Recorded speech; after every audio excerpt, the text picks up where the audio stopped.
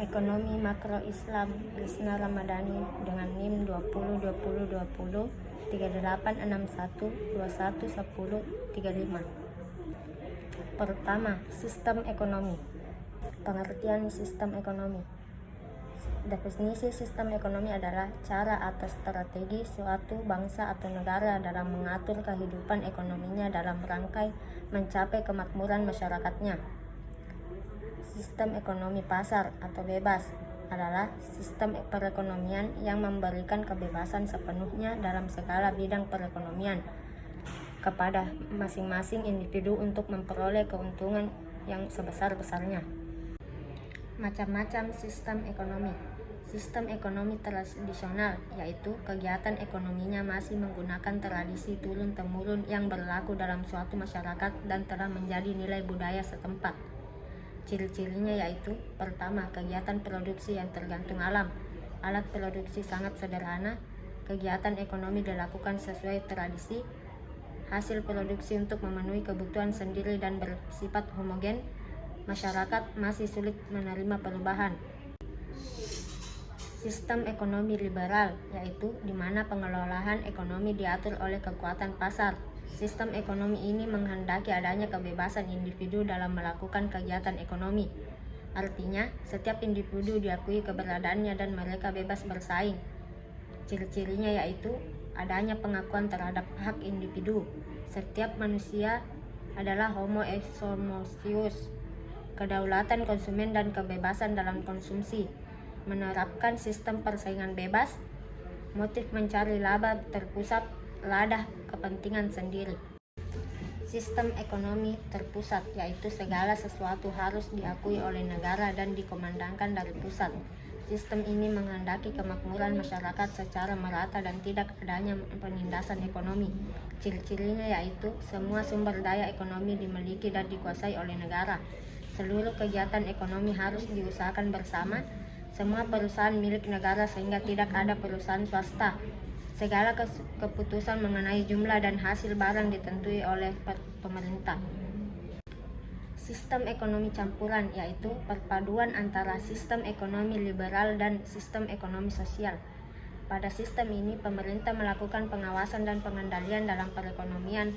Pihak swasta masih diberi kebebasan untuk menentukan kegiatan-kegiatan ekonomi yang ingin mereka jalankan. Ciri-cirinya yaitu swasta diberi kebebasan di bidang ekonomi dalam batas kebijakan ekonomi yang ditetapkan pemerintah. Hak milik swasta atas alat produksi yang dihasilkan penggunaannya tidak merugikan kepentingan umum.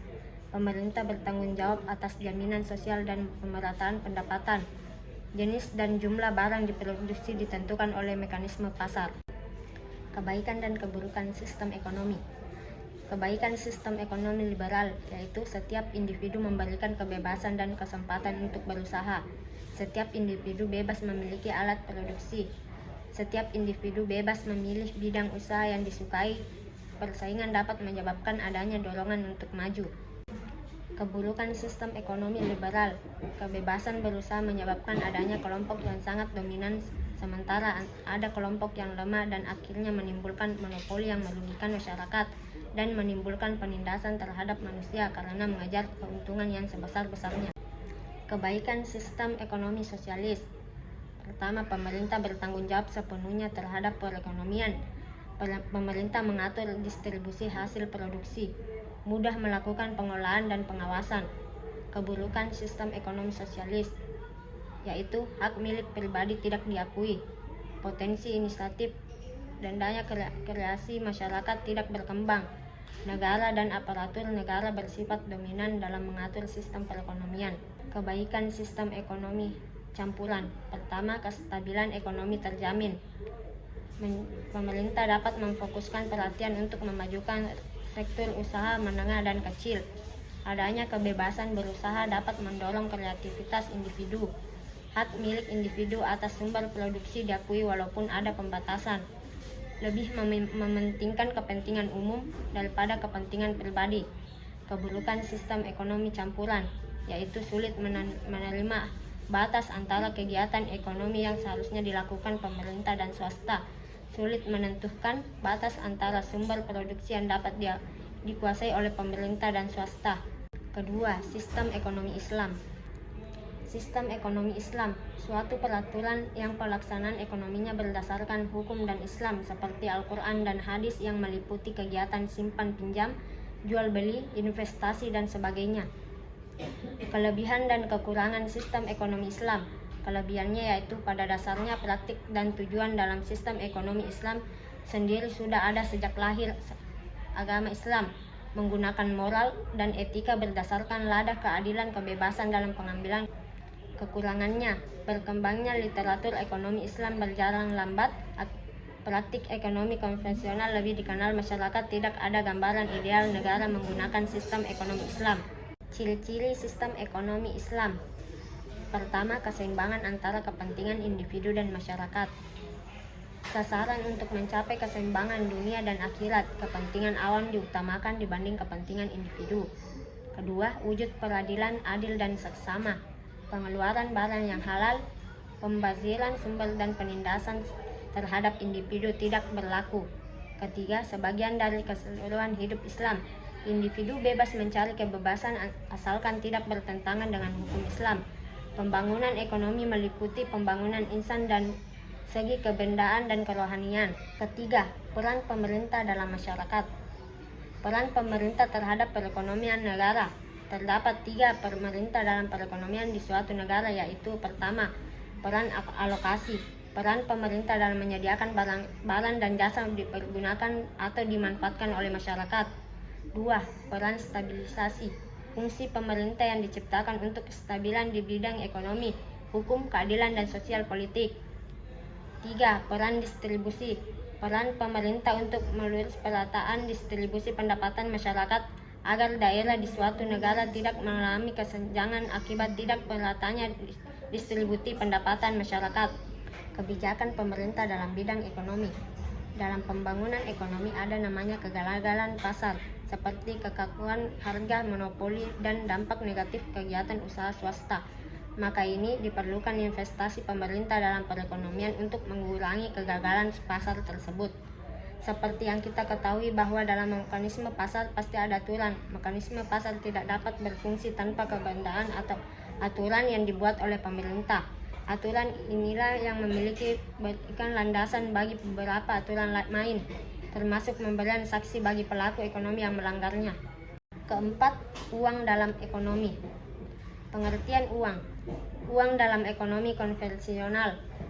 Dalam sudut pandang ekonomi, uang merupakan stok aset yang digunakan untuk transaksi. Uang adalah suatu yang diterima atau dipercaya masyarakat sebagai alat bayaran transaksi. Cash file menjelaskan bahwa uang adalah segala sesuatu yang umumnya diterima dalam pembayaran barang. Uang merupakan aset yang dapat dipergunakan sebagai alat transaksi. Uang bertindak sebagai penyimpanan nilai, unit, hitung, dan media pertukaran. Uang dalam ekonomi Islam. Menurut para ahli ekonomi Islam konvensional, uang didefinisikan sebagai benda-benda yang disetujui oleh masyarakat sebagai alat perantara untuk mengadakan tukar-menukar atau perdagangan dan sebagai standar nilai. Jadi uang adalah sarana dalam transaksi yang dilakukan masyarakat dalam kegiatan produksi dan jasa. Fungsi uang. Pada awalnya fungsi uang hanyalah sebagai alat tukar guna untuk memperlancar pertukaran. Namun seiring dengan perkembangannya zaman, fungsi uang pun sudah beralih dari alat tukar ke fungsi yang lebih luas. Uang sekarang ini lebih memiliki sebagai fungsi sehingga benar-benar dapat memberikan banyak manfaat bagi pengguna uang. Namun ada satu hal yang sangat berbeda antara sistem kapitalis dengan sistem Islam dalam memandang uang. Dalam sistem perekonomian kapitalis, uang tidak hanya sebagai alat tukar yang sah, melainkan juga sebagai komoditas. Menurut sistem kapitalis ini, uang juga dapat diperjualbelikan. Lebih jauhnya lagi, uang juga dapat disewakan. Perubahan fungsi uang. Fungsi uang sebagai medium dapat digunakan dan diterima sebagai alat pembayaran sebelum ditemukannya koin. Komoditi seperti hewan ternak berfungsi sebagai uang, begitu juga dengan logam seperti emas dan perak yang digunakan pada masa lalu. Jenis-jenis uang berdasarkan bahannya, uang logam dan uang kertas, berdasarkan nilainya bernilai penuh dan tidak bernilai penuh, berdasarkan lembaga uang terkenal dan uang giral, berdasarkan kawasan uang lokal, uang regional, dan uang internasional. Kelima, kebijakan moneter konvensional dan Islam. Pengertian kebijakan moneter konvensional dan Islam. Pengertian kebijakan moneter dalam Islam tidak jauh berbeda dengan konvensional, yakni di mana kebijakan moneter merupakan suatu kebijakan yang digunakan untuk menjaga stabilitas jumlah uang yang beredar sehingga pertumbuhan ekonomi yang merata yang ditetapkan dapat tercapai. Tujuan kebijakan moneter konvensional yaitu sebagai stabilitas dari mata uang sehingga pertumbuhan ekonomi merata dan sesuai yang diharapkan. Perbedaan kebijakan moneter konvensional dan Islam. Syariah. Sektor kelangkaan syariah menerapkan sistem pembagian keuntungan dan kerugian. Sektor moneter memiliki ketergantungan pada sektor real. Manajemen moneter Islam menggunakan metode penghapusan suku bunga dan adanya kewajiban pembayaran pajak atas biaya produksi yang menganggur. Konvensional. Sektor pengembangan konvensional menerapkan sistem bunga. Sektor real memiliki ketergantungan pada sektor moneter. Manajemen moneter konvensional menggunakan paradigma uang pasif dan uang aktif. Instrumen-instrumen kebijakan moneter. Ukuran utama sebagai variabel makroekonomi yaitu tingkat pengangguran dan inflasi. Namun tak hanya itu, masih ada instrumen kebijakan moneter lainnya diantaranya. Pertama, kebijakan diskon. Kedua, operasi pasar. Ketiga, kebijakan rasio cadangan wajib. Keempat, penetapan suku bunga acuan. 5, imbauan moral. Demikianlah penjelasan dari materi saya ucapkan banyak terima kasih.